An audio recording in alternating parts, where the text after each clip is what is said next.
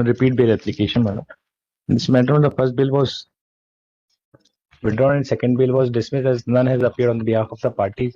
And thereafter, my lords, were asked for the status report. Now, after status report, second status report was called as the report was not in accordance with my lords order. फिर statement हो गया sir, वो that has been filed by IA number 23423 complainant के। मतलब complainant वो उसने तो आरोपी को तो जानता नहीं क्योंकि साइबर का मैटर था, तो पैरा 2 में उसने बोला कि मैं आरोपी को नहीं जानता, but as far as complaint is concern my lord, there is a admission on the part of the complainant para page 7 my lord para 13। एक सेकंड रुक जाइए।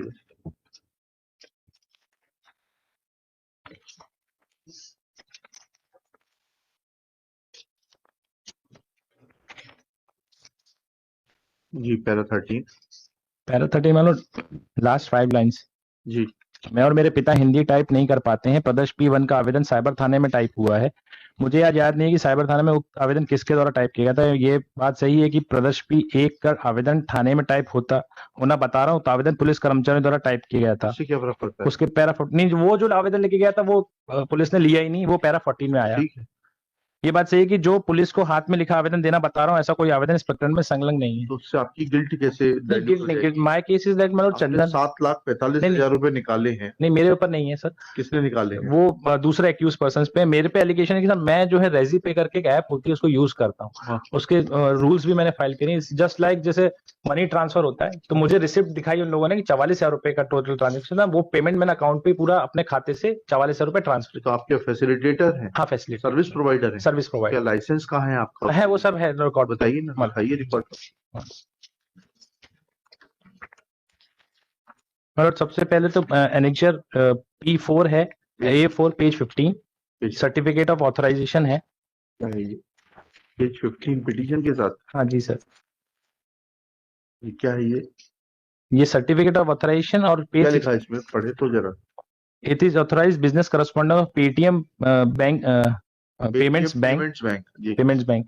और उसके बाद मेरी आईडी है बैंकिंग एटीएम सर्विस की पेज 16 पे, और ये एविडेंस में भी यही आया है। ठीक। तो उसमें जो चंदन चटर्जी है वो इसमें एक्यूज नहीं, वो विटनेस है। उसका स्टेटमेंट मैं पढ़ देता हूँ, तो द स्टोरी वुड बी। ये बताइए ना। कथन: चंदन चटर्जी पिता सो एंड सो, मैं उपरोक्त पते पर 20 वर्षों से निवास रहा हूँ। अपनी दुकान क्रमांक प्लॉट लेन कोहिनूर होटल के पास स्थित पर online ticket booking, domestic transfer, Aadhaar payment transfer व कैपी फर्स्ट का कार्य करता हूँ। कार्य में लगभग 11 वर्षों से कर रहा हूँ। मैं पेमेंट करने के लिए पेटीएम 8116205380197342114449 का उपयोग करता हूँ। रेपी पे पेमेंट के लिए डिस्ट्रीब्यूटर आईडी व रिटेलर आईडी मोबाइल नंबर का उपयोग करता हूँ। मेरी फर्म की पत्नी मधुमिता चटर्जी के नाम पर है। जयपत्रधारी एंटरप्राइजेज है। उक्त प्रोप्राइटरशिप पर डाक चालू होता है, जो एसबीआई के खाता क्रमांक का संचालन मेरे द्वारा ही किया जाता है। मैं टुनटुन प्रसाद अजक पिता रामचंद्र प्रसाद को 15 वर्षों से जानता हूं। पहले टुनटुन मोबाइल की रिटेल दुकान काम करता था, बाद में ऑनलाइन मनी ट्रांसफर का रिटेलरशिप का कार्य देखता है। मेरे पास ऑनलाइन मनी ट्रांसफर के डिस्ट्रीब्यूशन का काम, टुनटुन रिचार्ज करने के अन्य कार्यों के लिए पेटीएम व रेपी पे के रिटेलरशिप खातों का रिचार्ज करवाया करता था। दिनांक 26/6/21 को टुनटुन ने मुझे संपर्क कर बताया कि उसके पेटीएम वॉलेट पे 10,000, 20,000, 10,000, 4,000 कुल राशि 44,000 रुपए जमा की गई है। उसका मुझे रिटेलरशिप खाते में जमा करना है। तो मैंने पैसे जमा करने के लिए रिसिप्ट मांगी, तो टुनटुन ने अपने व्हाट्सएप पर मोबाइल नंबर से मेरे व्हाट्सएप पर पेटीएम ट्रांजैक्शन के 44,000 रुपए की स्क्रीनशॉट भेजे और बोला कि एक पहचान वाले व्यक्ति से करवाया है। तो मैंने उस व्यक्ति की आईडी मांगी, तो टुनटुन ने राजीव दास पिता अतुल दास दुर्गापुर का वर्तमान आधार कार्ड, जो आज भी मेरा मोबाइल में मौजूद है, भेजा। वो ट्रांजैक्शन रात में होने के बाद मैंने अगले दिन दिनांक 26/7 को रेपीपेड टुनटुन के मोबाइल नंबर लक्ष्मी कम्युनिकेशन पर 9,000 रुपए किए व 35,000 रुपए दिनांक 26/6/2021 को डाल दिए। वो ट्रांजैक्शन डिटेल मेरी रेपीपे खाते में उपलब्ध है। और मेरा मेमोरेंडम भी यही है कि मेरे पड़ोसी जो थे उन्होंने मुझसे बोला कि 44,000 रुपए कहीं से आए हैं, आप ऑनलाइन करते तो आपको पेमेंट मैं कर देता हूँ। आपको ऑथराइज किया गया, पढ़िएगा पेज 18 पर आपका authorisation. Dear Tuntun Prasad Rajak, having business as Lakshmi Communication, as you are aware that operation of essential services have been permitted by Government of India during the current lockdown amidst COVID-19 coronavirus spread. As RepiPay agents, you are permitted to provide banking services, which falls under the category of essential services. Now, what are the requirements to perform banking services? Will you not take registration of that? Will you not register the person who has? Sir ये valid भी है जो 31 मई 2020 तक का। हाँ, नहीं, उसके बाद 1 साल से वो नहीं, चलिए, अरे वो रिन्यू हो गया होगा। I am not going into those technicalities. क्या रिक्वायरमेंट्स क्या थी बैंकिंग सर्विस करने के लिए? आज हम खाता खुलवाने जाते हैं, 10 फॉर्मेलिटी होती है, फोटो लगाओ, आधार कार्ड लगाओ, पैन लगाओ, वोटर आईडी लगाओ, राशन कार्ड लगाओ। सर इसके जो रूल्स आपने एक सेकंड, वही तो हम समझना चाह रहे हैं। वो ऐसा कुछ रूल्स में कुछ है नहीं इसमें। 8 ऐसा नहीं है, मैं यही समझना चाहता हूँ। I want to understand this whole phenomena. उसका मेमोरेंडम फिर पढ़ देता हूँ, उससे पूरा वो उसने कैसे किया। पढ़िए ना। टुनटुन का मेमोरेंडम सेक्शन 27 पूरा का पूरा एक पैरेलल इकोनॉमी जो है बना दी गई है। आज आप जाइए दुकान में, वो क्रेडिट कार्ड या डेबिट कार्ड से पैसा लेने से मना कर देता है, पेटीएम गूगल गूगल पे ले लेता है। पूरी पैरेलल इकोनॉमी बना दी है आप लोगों ने। तो समझ में तो आए कि कैसे कैसे ट्रांजैक्शन होता है। आरोपी टुनटुन प्रसाद ने पुलिस अधीक्षक में बिना दबाव के स्वेच्छापूर्ण कहा कि मैं कादा रोड बाजार दुर्गापुर में पश्चिम बंगाल में रहता हूं। मेरा जन्म इसी घर में हुआ। मैं 12वीं पास हूं। मेरा मनी ट्रांसफर फोटोकॉपी की लक्ष्मी कम्युनिकेशन के नाम पर दुकान कादा रोड बाजार में है। मैं लगभग 15 से 20 वर्षों से चंदन चटर्जी निवासी दुर्गापुर को जानता हूं। वो पहले मोबाइल बेचने का काम करते थे। 8-9 वर्ष पहले चंदन चटर्जी ने पैसा ट्रांसफर करने की डिस्ट्रीब्यूटरशिप जगतधारी एंटरप्राइजेस के नाम पर ली थी, जो ऑनलाइन ट्रांजैक्शन के लिए चंदन चटर्जी के मोबाइल नंबर और एसबीआई के खाते का उपयोग करते थे। मैंने भी लगभग 8-9 वर्षों पहले अपनी दुकान लक्ष्मी कम्युनिकेशन के नाम पर रिटेलरशिप ली थी। मेरी रिटेलर आईडी मुझे याद नहीं है। जिन लोगों को पैसे ट्रांसफर करना होता है हो या नगद पैसा निकालना हो तो रैपी पे नामक ऐप में अपनी आईडी में लॉगिन करके ट्रांजैक्शन करता था। मेरी डिस्ट्रीब्यूटर जगतधारी एंटरप्राइजेस के द्वारा मेरे मोबाइल नंबर सो और लक्ष्मी कम्युनिकेशन का नाम पर अकाउंट रैपी पे ऐप पर बनाया गया था। मोबाइल नंबर पर मेरा पेटीएम वॉलेट भी है। मेरे मोहल्ले के राजीव दास पिता अतुल दास, उम्र 25 साल, मोबाइल नंबर सो रहता है। मैं उसे 15-20 वर्षों से जानता हूं। करीब 2 माह पहले की बात है। राजीव दास मेरी दुकान पर आया, मुझसे कहा कि अपने साथी से मिलकर फ्रॉड कर लिया, रुपए लिए हैं, मुझे नगद रुपए खाते से निकलवा कर दो, कुछ पैसे मैं जमा करता हूं, ट्रांसफर कर दें। इसने मेरा भी हिस्सा देने को कहा। मैंने चंदन चटर्जी को राजीव का मोबाइल नंबर राजीव दास को दिया। मैंने उसने कहा कि मोबाइल नंबर पर मेरा पेटीएम वॉलेट पे 1000 रुपए और बाकी रुपए चंदन चटर्जी के पेटीएम वॉलेट में डलवा देना। फिर राजीव दास ने हमारे खाते नंबर मोबाइल नंबर किसी साथी को दिया और मेरे खाते में 1000 रुपए और चंदन चटर्जी के खाते में 44,000 रुपए डलवा दिए। राजीव दास ने अपने मोबाइल के 4,000 रुपए, 20,000 रुपए, 10,000 रुपए तथा चौथा 1,000 रुपए पेटीएम ट्रांसफर करने की डिटेल व्हाट्सएप पर दिखाई तो मैंने उसे फोटो खींचकर चंदन चटर्जी को व्हाट्सएप पर भेजकर 44,000 रुपए आने के बारे में क्लियर किया और मेरे रैपी पे रिटेल अकाउंट रिचार्ज करने को कहा। तो चंदन चटर्जी ने रैपी पे अकाउंट पर दिनांक 26/6/21 को 35,000 रुपए तथा 27/6/21 को 9,000 रुपए का रिचार्ज कर दिया। फिर मैंने राजीव दास को मेरा कमीशन का हिस्सा काटकर बाकी रुपए नगद मेरी दुकान पे दे दिया। तो इनने क्या वही 1000 रुपए लिया ट्रांसफर? नहीं, मैं यही तो समझना चाह रहा हूँ। जो आपका टर्म्स है, यू आर, इसमें लिखा हुआ है they have been permitted to provide banking services which falls under the category of essential services. Now, as a layman, what little I understand about banking services are that there has to be a identification of the customer, there has to be registration of the customer. You cannot, somebody will come and ask me for money, I will not provide him money. ये पूरा racket है ये। Sir वो page annexure 8 and page 26 पे जो आपने directions बोले थे कि वो क्या है इनके रूल्स और वो है ग्रीवियंस पॉलिसी। बताइए ना, रूल्स बताइए, क्या रूल्स? तो उस policy I have also gone through that policy page 26 में। हाँ, बताइए। पेज 27 से शुरू हो रही है परिचय।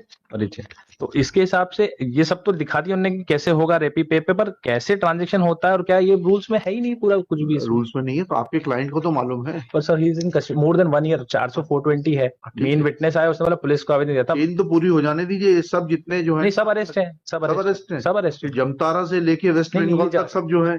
इनका इसके ऊपर जो एलिगेशन आया कि मुझे किसी मेरे पड़ोसी ने बोला कि रैपी पे से ट्रांसफर कर दो पेटीएम। कैसे कर देंगे आप ट्रांसफर कर देंगे पैसे? आम्रकार जी को मैं बोलूं पैसे ट्रांसफर कर दीजिए, आप कर देंगे बिगर knowing who is he, what is his status? तो वो ट्रांसफर किए चंदन चटर्जी जो इसका विटनेस हो गया, वो आरोपी नहीं है सर। ये तो दुर्भाग्य है कि वो अप्रूवर बन गया। हाँ, वो अप्रूवल बन गया। अप्रूवल बन गया।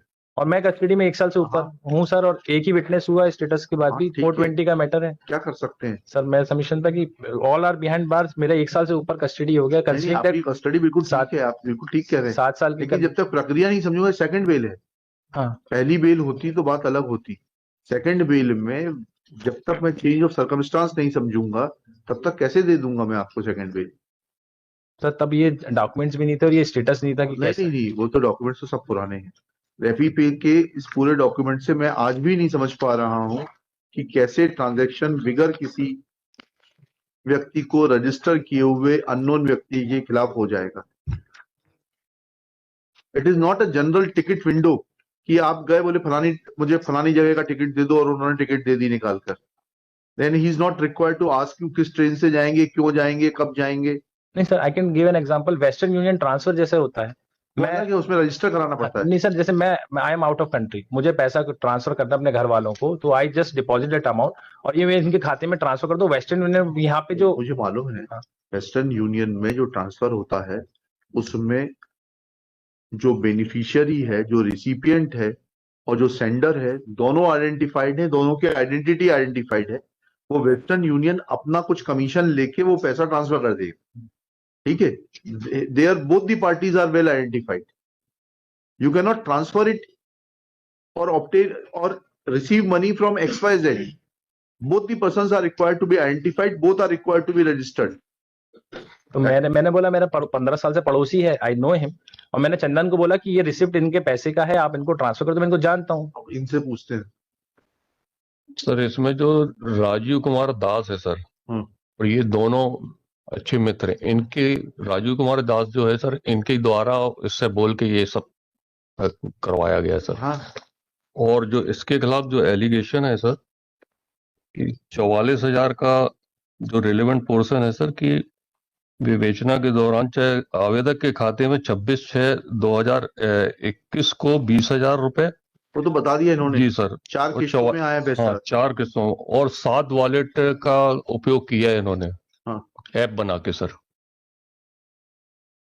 वही तो समझना चाह रहे हैं हम, ये पूरी एक पैरेलल और इकोनॉमी खड़ी हो गई है ये। जी हाँ सर, और इसमें 120B लगा। दूसरा चीज सर, ये ये राजू दास के कहने पे ये ट्रांसफर करते थे हाँ, वही तो बोल रहा हूँ, जब इसमें बैंकिंग वर्ड यूज हो गया, to provide banking services which falls under the category of essential services, then you are required to have a identified beneficiary. जी। You can not have transaction with any XYZ। यही तो मेरा objection है, यही तो मैं समझना चाह रहा हूँ बार बार इनसे, इतना समझाएं और फिर आगे बढ़े। अब जिनको चंदन चटर्जी उनके उस पर ट्रांसफर किया है सर, उसको जानते ही नहीं, इसके कहने पे, राजू के कहने पे। और चंदन चटर्जी को आपने अप्रूवर बना दिया।